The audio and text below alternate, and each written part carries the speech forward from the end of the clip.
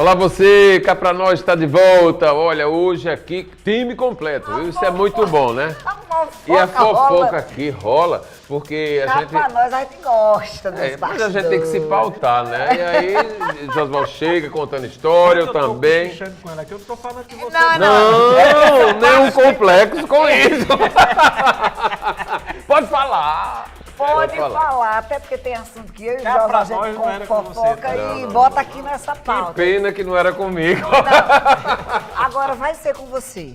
Sim. A gente viu que agora o Ministério dos Transportes abriu a consulta pública sobre o fim da exigência da CNH. O que é que você acha, Gerardo Cabeça? Eu acho uma Da bagunça. Da escola não, da CNH não, da autoescola. Da autoescola. Sim. Acho uma bagunça, porque quem, querendo ou não, com as mazelas, com os erros, com tudo que tem de errado, vamos considerar assim, né? Porque ele está acabando, é porque não está servindo para nada. Não está. Tá mesmo. Pois Você é. vê No na trânsito. Na rua, né? No Na rua. Mas a gente tem que entender que tem que existir alguém para dar uma orientação oficial, né? Porque eu não privado aprendi... ou público? Mas a prova não é... Eu acho que é privado. Eu tô dizendo, você tem que arranjar um órgão privado para dar essa orientação. Já tem as escolas e não estão resolvendo. Então você vai fazer... O que é que está errando o que é que está de errado nas escolas? Tem alguma coisa errada? Não é possível. Porque senão as escolas... E quando a televisão pega os maiores especialistas em trânsito do país e eles dizem, todos os países onde o trânsito é mais rigoroso não tem obrigatoriedade de autoescola. Eu aprendi com um chofé da minha casa, seu José, de saudosíssima memória, uma pessoa assim incrível. Meu pai disse, nos 18 anos, vou lhe dar um carro. E comprou o carro, mas eu não sabia dirigir, porque eu tive uma coisa que nem toda criança, nem adolescente tem, viu? Eu não aprendi a andar de bicicleta. Aí você diz, por quê? Porque meu pai disse que não ia dar bicicleta nem por cima de nada. Porque ele sofreu um acidente, tinha um trauma, e aí não quis dar nenhum filho. Aí eu, para não sofrer, isso aí vem do lado da minha mãe, viu? Se você não quer sofrer, não vá alimentar sonhos. Eu não alimentei. E nem olhava para dos colegas.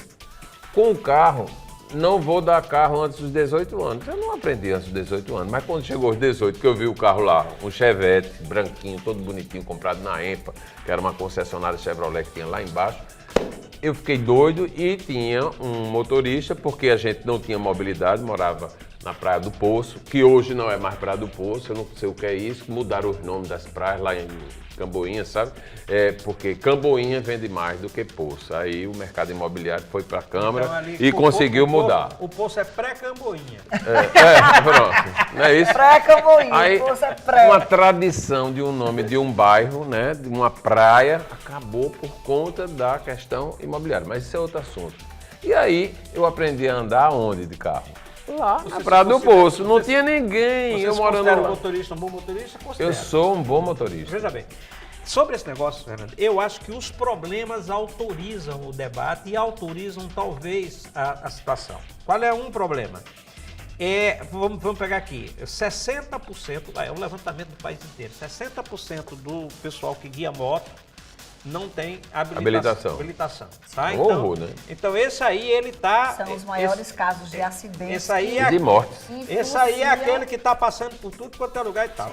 Se você vai para o trânsito mesmo, do dia a dia, você vai ver que as pessoas não obedecem muito à sinalização, não tem essa história que, olha, a recomendação lá da lei, se você está devagar, vá pela direita, mas as pessoas não obedecem, vai pela esquerda, porque tem medo de esquerda. Qualquer pessoa que saiu saiu lá da autoescola, vai para lá, não sei o quê. Então veja bem, e outros problemas mais. E o preço? O preço é exorbitante, Eu estou matriculada no autoescola nesse exato momento. impeditivo. Estou. Eu estou fazendo a adição da minha carteira de motorista para moto.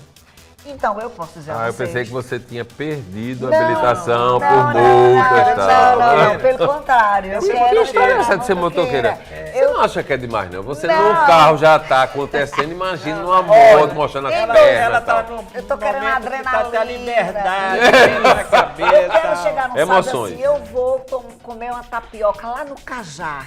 Você vai de moto, entendeu? Mas enfim, em 2025 eu me propus... O preço é proibitivo. Então, escuta só. Em 2025 eu, Fernanda, me propus a fazer coisas diferentes. Então eu saltei de asa delta, eu fiz uma viagem sozinha e eu disse, eu vou aprender a andar, pilotar moto, porque eu não sei. E aí eu procurei uma autoescola, determinada autoescola aqui na cidade. Quando eu cheguei, Gerardo, é quase um salário mínimo para tirar. O exame de vista é obrigatório, é R$80. E vai nas clínicas cadastradas. Não, mas eu tenho um plano de saúde, eu posso... Não, você tem que ir na clínica. Eu paguei R$80 para fazer isso. Então, é tudo vinculado. Tá entendendo? É tudo vinculado. Então, se você parar para pensar, E tem uma coisa, tem algumas clínicas que não tem oftalmologista, não. É um médico normal que dá a história. Aí você imagine que há uma limitação, uma carteira hoje, né, 3 mil, quase 3 mil reais. Você imagina que uma pessoa que precisa de uma habilitação para trabalhar, que está desempregado nesse exato momento, não consegue, porque não tem o valor. E é condição sine qua non para tirar. Então, quando você retira a obrigação, ó, a prova vai continuar existindo. Na verdade... As leis, a legislação vai ser cobrada. O psicotécnico vai ter lá. E se você vai estudar pelo YouTube, se você vai estudar sozinho, se você vai aprender, a prova técnica vai continuar existindo. Toda a Só parte. as vai ter a autoescolas vão obrigação. continuar existindo. E eu, por exemplo... Elas só não serão obrigatórias. Aí não terão que passar lá. Isso aí eu achei legal, entendeu? Eu acho positivo, eu não sabia desse detalhe. Todo o resto continua. O que não vai ser mais obrigado é que tenha esse intermediário entre você... Obrigatoriamente. Agora, aí a história é, tem que colocar rigor nos exames. Sim, nos exames. Que eu acho também muito fácil. Essa aqui tem que colocar rigor nos exames. Esse é o ponto que certamente vai ser exigido, que vai ser obrigatório. Você colocar rigor nos exames. Olha, o governo vai oferecer, vai deixar disponível um curso, inclusive de motorista na internet, nos órgãos para você ter acesso, vai deixar disponível isso. E vai ser a legislação, ela está ali, né? Agora, eu acho que precisa dessa mudança. Deixa eu te falar uma coisa. Vamos ser mais amplos. Eu, na Defensoria Pública, eu sou defensor público lotado no Juizado Especial de Cabedelo. No Juizado Especial só ocorrem pequenas causas. As pequenas causas são dos mais variados setores, inclusive de pessoas que estão sem habilitação, que passaram na via lá na BR, né, foram fiscalizadas, que não têm habilitação. Aí, pessoas, hoje mesmo, na quinta-feira à tarde. Quinta-feira, pela manhã, eu participei de uma audiência que a gente vendo que o rapaz, trabalhador, passava o dia trabalhando no restaurante, à noite fazendo entrega em delivery para outro restaurante, numa moto, sem habilitação. É a primeira coisa que os restaurantes têm que dar uma solução, mas passa por cima da exigência, né? 2, mas a gente vendo que era uma pessoa com vontade, necessidade e trabalhador, né? Então, por que não o governo, que vive subsidiando tantas coisas aí, não cria uma linha para os carentes? Tem! Que a maior parte dos motoqueiros, a maior parte... Tem no estado da Paraíba, tem. Habilitação social. Pronto, mas eu acho que não atende todo mundo. Não atende todo mundo e não é propagado. E a gente vê a quantidade de motos que tem na rua, não é brincadeira não. E eles passam na velocidade mal do mundo, é uma estupidez. Agora, sabe o que eu acho que poderia ser melhorado, gente? Essa história de motoqueiro pelo meio, sabe? Sim. Gente, isso é um problema. Eles estabeleceram isso. Eles botaram como o corredor é o meio. E mais, se você tá um pouco mais pra faixa, ele buzina, reclamando. Porque Minha você filha, eles botam o pé, eu já perdi retrovisores no isso plural. Eu acho que precisava, Faz assim, ser disciplinado. Era o que eu ia dizer, que paralela a essa medida aí, não é só o rigor na prova. É o rigor na fiscalização. Porque se você só tem 60% de motoqueiros ou de pessoas andando sem habilitação porque não tem fiscalização. Perfeito. Pô, se não tiver uma fiscalização, o cara vai dizer, pagando nada, eu nem vou precisar tirar, ninguém fiscaliza. Então, vai ter que ter uma fiscalização do trânsito, não só para habilitação, mas aí para as outras regras do trânsito, tá certo? Então, você descobre um santo, mas vai ter que cobrir outro, tá certo? Entendeu? Essa do corredor, gente, é um absurdo. É um absurdo mesmo. E eles fazem, Fernando, eu estou dizendo de verdade, no retão de Manaíra, eu já perdi 2 retrovisores. Retrovisor caro, viu? É caro. Aí o cara entra, que vem numa loucura, tá na frente dele, ele não quer saber. Eu ali, ó, bem certinho, bem quietinho, porque eu não sou de estar correndo, eu sou bem disciplinado nisso aí. Teve uma época que até perdi muito dinheiro, porque era muito multado por conta disso aqui. Tocava, eu achava que tinha que atender e atendia, né? E aí era punido com a fiscalização. Mas esses rapazes, e aí não é nada contra motoqueiro, não. Não, A não gente tem entende, nada a mas ver. é porque precisa ter uma disciplina, precisa ter uma regulação eficiente. Precisa ter fiscalização.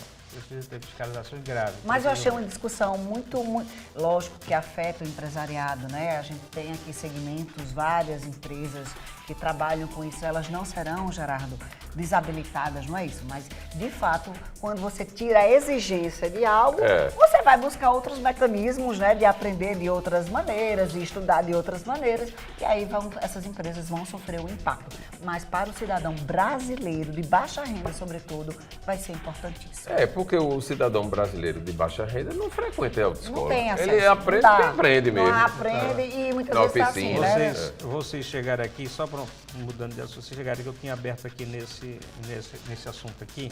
Você já está nos Estados Unidos. A gente roda lá em Trump. Não, por que investir na Flórida? Não sei se dá para o pessoal, estava vendo isso aqui. Flórida é anticrise porque só tem brasileiro lá, gente. Não, Porque engraçado. você chega na Flórida, Eu você fala português. Certo, Você fala mas não é inglês. só isso não, é a questão dos investimentos na Flórida, que é engraçado, por isso tem essa pergunta aqui, que de repente, eu vou dar do começo para vocês entenderem. Gravei uma entrevista, estou fazendo neste sábado, com o empresário Zé Carneiro, que é presidente agora do Fórum de Desenvolvimento do Paraíba, esse fórum que reúne mais de 50 entidades, empresários, e está discutindo, e está oferecendo ao governo, oferecendo a todo mundo caminhos para o desenvolvimento do Paraíba. Ele, no discurso dele, foi isso. Na posse, foi agora. O debate que eu fiz com ele foi que ele disse assim, a Paraíba tem tudo para ser a Flórida brasileira, E aí a entrevista do Tambaú, o debate versa sobre isso. Mas por que a Paraíba tem tudo para ser a Flórida brasileira? Aí eu estava olhando aqui outros reportagens, outros detalhes, porque, claro, ele deu uma esclarecida. É um conjunto da obra. Deu esclarecida na entrevista, mas eu fiquei curioso de levantar isso e tal. E aí é engraçado que ele mostrou que a Flórida terminou crescendo pelos elementos que a Paraíba está tendo basicamente oportunidade de hoje. crescer. Construção civil. Que é um estado tranquilo, mais ou menos tranquilo, bom de se viver, bom de se morar. Isso, a Flórida pode. começou a ser ponto de onde os aposentados iam. Clima melhor do que o alto frio lá de cima. Então, aposentados iam. Mas depois a Flórida foi ganhando o quê? Aí a Flórida ganhou, além dessa qualidade de vida, ganhou uma infraestrutura turística grande, ganhou uma infraestrutura de construção civil grande, ganhou uma infraestrutura de tecnologia razoável e tem uma localização privilegiada dentro das unidades americanas. Tudo que a Paraíba tem. Aí ele disse, isso aqui é o que a Paraíba tem, e que a Paraíba então precisa transformar. Que é interessante, mas precisa de uma coisa para startar, né? Para colocar, para botar para funcionar. Como é que isso vai funcionar? Ele acha, de certa forma, que o conjunto da obra vai terminar fazendo, impulsionando.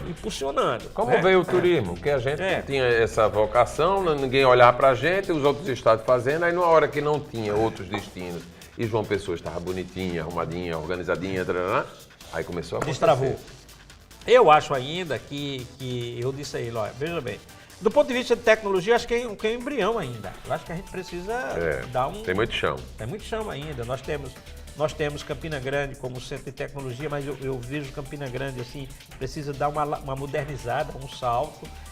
João Pessoa está chegando, está começando aí com seu polo de tecnologia. O Sertão tem o IF, o Instituto Federal, tem um embrião em Cajazeiras, tem um embrião em Cajazeiras. O Estado deve montar o polo, que já está anunciado em Cajazeiras. Mas eu vejo ainda, e aí eu acho que talvez precisa do vetor, do chamador. Como o Estado foi para o polo Cabo Branco, eu acho que o Estado precisa ser agora também. Talvez fazendo alguma coisa do tipo desburocratizando, desregulamentando essa história de empresa, de instalar empresa, fazendo com que isso seja assim, digamos... Como o Pernambuco fez com fácil, Goiânia, com a fácil. parte Rápido, automotiva, célebre. né? Não é assim? Mas de qualquer forma, o que eu trago esse assunto assim inclusive para ver que nós, de repente, a gente olha para um lado e para o outro, e a Paraíba está com todos os elementos possíveis para desenvolver. Se perder essa oportunidade, Gerardo, eu não sei como é que vai acontecer. É a história do cavalo selado, né? Tá passando, se a Porque gente não montar, não eu vai. nem acrescentei, eu acrescentei com ele, você tem mais 3 elementos aqui que ele não estava no discurso dele, que são fantásticos. Você veja. A Paraíba tem 2 entradas da transposição de São Francisco Verdade. e uma terceira para ser licitada agora, que é a do Pencó. Água é fator essencial para existir, para poder desenvolver. Energia. A gente Aí tem demais. tem sobrando Sertão todo. energia. Solar e eólica. Sim, nós estamos com um problema de falta de rede transmissora de energia, que é sobrando energia, que dá para vender, inclusive colocar.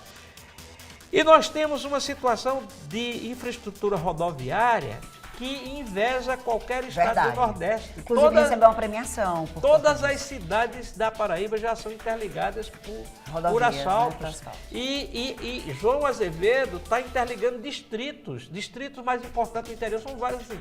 Então você tem, só aqui eu já citei 8 elementos desenvolvimentistas. Só vários uma desenvolvimentos. coisa, a estrada de Cabedelo que não acaba. Ah! Você que tá aí deve Tu sabe concordar que vai comigo. sair primeiro a ponte e A ponte E do vai futuro piorar a vai situação se, da estrada de a Cabedelo. ponte do futuro vai se tornar presente e a triplificação. Sabe o que é que vai acontecer? Sabe o que é que vai acontecer para tu ir para Gostou casa? dessa, né? Sabe o que é que vai acontecer para tu ir para casa? Tu vai dar a volta aqui pro Santa Rita, Não, desce vai pra lá, entra na ponte. A gente tá rindo, mas gente... pelo Mas é amor pra de chorar. Deus. Ô, Josvaldo, você, qual é o fator impeditivo que essa triplificação, de fato... Essa- não- Triplicação. Boa.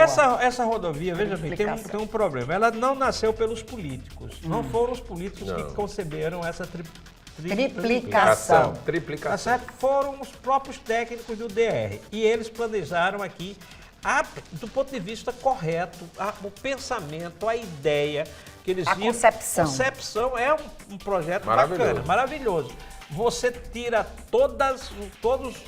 vira uma via expressa. É para virar uma via expressa. Orlando tá chegando. Para você chegar em Cabedelo e tinha um porto que era para isso. O fluxo, né? Sim. Pra sair do Porque Cabedelo. todos os bairros, as interligações, são por baixo de viaduto. Até chegar, o destino dela eram 11, 12 viadutos. Tá certo? Então, começou sem os políticos. E não tem padrinho. Quem é o padrinho da obra? Não tem. Não tem. Tanto que na hora que assinaram, um momento aí lá atrás, que eu não me lembro quando foi, Certo. 10 anos atrás, né? 12 anos atrás, todos eles assinaram Mas esse apadrinhamento, porque cada um tem um Assinaram quando deu percentualzinho, problema. né? Assinaram quando deu o primeiro problema, Foi. quando faltou orçamento, aí todo mundo cobrando aqui, eles fizeram uma visita conjunta, tá? Isso. Quando deu o primeiro problema, faltou verba, faltou orçamento, eles foram lá e tal. Mas quando você olha, por exemplo, todo ano tem o orçamento, a verba de lá é uma verba pequena. A Isso. verba começou muito tempo depois, mas, por exemplo, a duplicação entre Campina Grande e a Farinha, não sei o que lá, vai terminar, não vai demorar a terminar, já tem avançou um monte de coisa. E aí, só que você vê, vez por outra, aparece veneziano Vital do Rego, eu botei mais, não sei o quê, eu botei verba lá. Bom, você liga, veneziano é do MDB, o ministro dos Transportes é do MDB, tá certo? Então, e o ministro dos Transportes já veio visitar 2 vezes. Então tá tudo errado, porque se o ministro veio e não deu certo... Não, eu tô dizendo Olha. visitar lá, Ah, Campina sim. Grande, ele só veio uma vez tá. aqui. É algo Agora, incrível. quando ele veio uma vez aqui, ele disse, só sai, essa daqui, vai sair fluxo agora é 2027. Olha, o retrabalho que já foi feito na estrada de Cabedelo dava para outra estrada de Cabedelo, porque aí daqui a pouco, com o passar do tempo, porque falta dinheiro, faz uma inserção aí de não sei o que lá. Aí daqui a pouco chega e diz, não, isso aqui não pode não, tem que voltar e quebra aqui para poder puxar Tá uma uma rua daqui. gambiarra, né? Tá uma Rapaz, gambiarra. uma zona. Depois que o ministro veio aqui, ele foi claro, as etapas. Aí foi o ministério que assumiu. Conclusão 2027. Nesse exato momento, tem trabalhadores na BR? Tem. Tem uma hora que tem, Não, tem mas uma hora que não tem. Certo? Né? Isso aí é verdade. Agora, como é que você concebe um tico de espaço na entrada de Cabedelo? Eu estou dizendo que eu passo lá todos os dias, porque eu trabalho lá também. A entrada de Cabedelo é um desastre. É um desastre. Não teve ainda acidente que eu saiba, né? Porque a gente termina não sabendo, não está lá toda hora, não estou fiscalizando. É um horror a entrada esburacada. Eu não sei como é que vai ser nesse verão. Porque, só para concluir, Josival, agora que fizeram as vias marginais, tem a principal que ainda não está aberta toda, mas as marginais é a que dão acesso para as residências que tem entre Areia Dourada e Cabedelo. Vai ser permitido estacionar lá. Eu quero saber, quando estacionar, como é que vai ter, porque em terra de ninguém, viu? As pessoas bebendo nas marinas, não sei o quê, bota por cima da calçada, vai não sei o quê, vai ser um horror. Eu tô com pena daquele povo ali, porque passou gente ali, passou o ano sem poder ter acesso, porque estava quebrando. Verdade. A parte aqui, comercial, já na área de supermercado, não sei o quê, aquele povo ali tá sofrido. Passaram anos sem poder ter acesso pela BR. Tinha que ser pela rua de trás. E quem não tinha acesso pela rua de trás? Uma confusão. Aí você tem uma hora que tem desnível e não tem proteção. Tá uma confusão, porque o pior de tudo é que, além da obra inacabada, que não acaba nunca mesmo, não tem sinalização para poder fazer com que o cidadão que está dirigindo ali não entre numa esparrela. Não foi falta de reportagem. Mas o grande problema foi esse. Não, e a gente fala muito isso. O grande problema foi esse. Não tem um padrinho político. Se tivesse um padrinho político, o cara brigava, corria atrás, 2 padrinhos políticos. Agora, quando você bota todos assinados, Quem é o deputado federal de Cabedelo? Quem é o deputado federal? Né? Acho que Não é Messinho? Messinho Lucena. Faltou padrinho político, assumir, pegar pelo gogó. Mas Messinho entrou como deputado de Cabedelo, não foi no começo da obra, não. Foi agora, recentemente. Poderia ter assumido. Quando ele virou deputado ali, ele poderia ter assumido. Eu acho que faltou alguém dizer isso aí. Ele poderia ter assumido. Aí vai ficar assim mesmo, né? Vai ficar 2027. 2027, repare só. Quer dizer, a gente hoje já tem 12 anos mais ou menos, com mais 2 anos. Tem 7 anos. Não, senhor. Meu filho, quer dizer a mim, eu estava lá antes da pandemia, meu filho, 7 anos. Mas antes da pandemia é 7 anos. Meu filho, antes da pandemia só tem 5 anos. Então, meu filho, foi muito antes. Vamos pegar o edital. A conta. Quebrando, meu filho, lá. Eu estava lá. Certamente. Eu é quem sei. Na pandemia parou não sei quantas vezes. Depois da pandemia parou não sei quantas vezes. Entra exército, sai exército, entra uma conjuntura, não tem dinheiro para pagar, para. Não sei o que. Conversa com 7 anos. Esse ano passou bem rapidinho. No próximo verão tá pronta. Chegamos no verão, e aí? Ano que vem a gente tem eleição, tem Copa do Mundo. Tem... Promessa e promessa. Vou falar em eleição, Josival Pereira. 26 está aí. Aí você vai trabalhar. Em outubro, aqui, exatamente, daqui a um ano. Os neurônios vão queimar. Vou fazer, você está falando, 12 meses, dia 4. E a complicação a eleição será no dia começou no dia março de 2017. Março. Quase 10 anos. Vai terminar com 10 anos. Minha gente, faltam 10 anos é 2027. Vai terminar com 10 anos. Tem 9 anos. Certo. Não, tem 8 anos. Nem 7, nem 12, 8. 8 anos. 8 anos. Um governo. Não, mas a gente tem para resolver. Veja bem. Com reeleição. 8 anos. Então, veja bem, exatamente isso. A eleição no próximo ano será dia 4 de outubro, então nós estamos exatamente... 4 de outubro. 12 meses. 12 meses. E aí a gente viu... agora sim. Eu acho que nós estamos engraçados. A gente não percebeu, mas está entrando numa nova fase a política da Paraíba. Diretor, quando for a hora, liga. Da Paraíba. Estou aqui sem nada. Paraíba.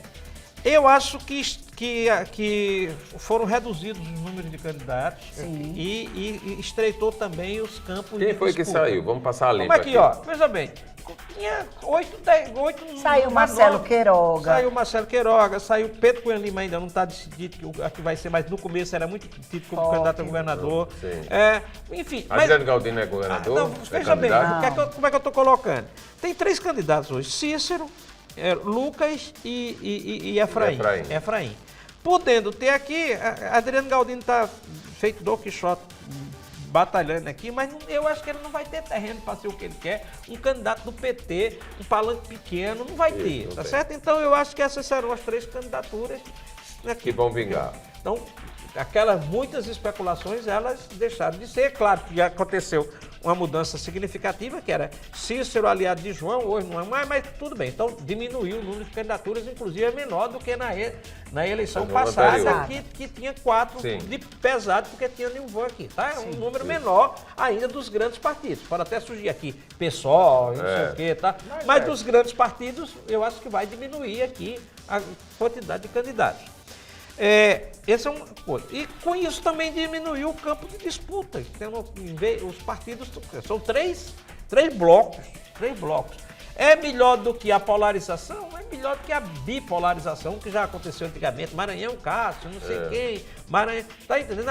Ricardo, a bipolarização, você tem mais uma opção. Ou é Deus ou é o diabo. Tá certo. É Deus. Então nós estamos entrando nessa fase agora, de que o foco agora é eles botaram a cabeça fora, consolidar as candidaturas. Então era necessário que tivesse começado muito antes. Todo mundo dizendo, é muito cedo. Era importante que começasse. Foi bom. Então você vai... É positivo. Positivo. O processo de escolha de candidato nos Estados Unidos demora 1 ano com as prévias e é muito bom você debater. Então aconteceu isso. O que é que está entrando nessa fase? Essa fase que eu estou dizendo aqui, eu escrevi um artigo pro RTC dizendo o seguinte, que a pré-campanha... Não, pro Portal T5. Portal T5. Que a pré-campanha entra na fase subterrânea. Eu escrevi esse artigo que ela entra na fase subterrânea. Calma, não é da baixaria, não. É porque são dos bastidores, daquelas coisas. Nessa que a primeira gente fase, não você falava alto, eu sou candidato para todo mundo agora ouvir. começa as composições. E agora você precisa atrair adesões, você precisa fechar acordos, você precisa... E aí... Mostrar a densidade mesmo. Assumir compromisso. E aí você não faz isso publicamente. Então vai ser uma fase, que eu acho que essa fase vai até... Prefeito estão disputados. Vai até abril. Essa fase vai até abril. Você não vai saber o que é que vai acontecer. Claro que tem algumas coisas muito importantes para serem decididas nesse período. Uma é com quem vai ficar... Chapa majoritária de cada um deles. Não, mas primeiro, com quem vai ficar o controle da Federação União Progressista? Com Efraim ou com Aguinaldo Ribeiro? É uma coisa. Briga de cachorro grande. Com quem vai ficar Adriano Galdino? Com Cícero, com João, com Lucas, não sei quem. No que tange isso aí, só com quem, que eu acho que é mais importante, só para fechar, Fernandinha, a mais importante dessas decisões todas é com quem vai marchar, caminhar o grupo Cunha Lima. Certo? Tá vendo? Sobre essa daqui o grupo é forte. Sobre é sempre forte. Sobre essa questão, a gente precisa... Porque ele decide, né? Pode decidir. Pode decidir. Pode realmente. Não decide não, porque senão era fácil. Eu lembro que Josival, em determinado momento, disse assim que para o União Brasil e PP, existia assim, você acha que a federação vai deixar de ter um governador, que é Lucas, então isso favoritava Aguinaldo para a presidência da federação. Ponto. Efraim, inteligente, porque ninguém pode negar, ele é muito inteligente, se coloca como candidato, aparece em pesquisas, mostra através de propagandas que eu vi em horário nobre, o seu tem trabalho de Efraim, tem trabalho em tal cidade.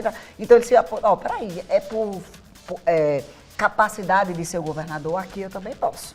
Então, entra nesse páreo com o Aguinaldo. Eu estou equivocada nessa... Não, eu acho que a disputa é difícil, é complicada, mas ela não vai depender muito daqui, não. Ela vai depender um pouco dessa história da discussão nacional. Veja bem, Se o candidato a presidente da República fosse Tarcísio, governador de São Paulo, Tarcísio Freitas, provavelmente ele não seja mais.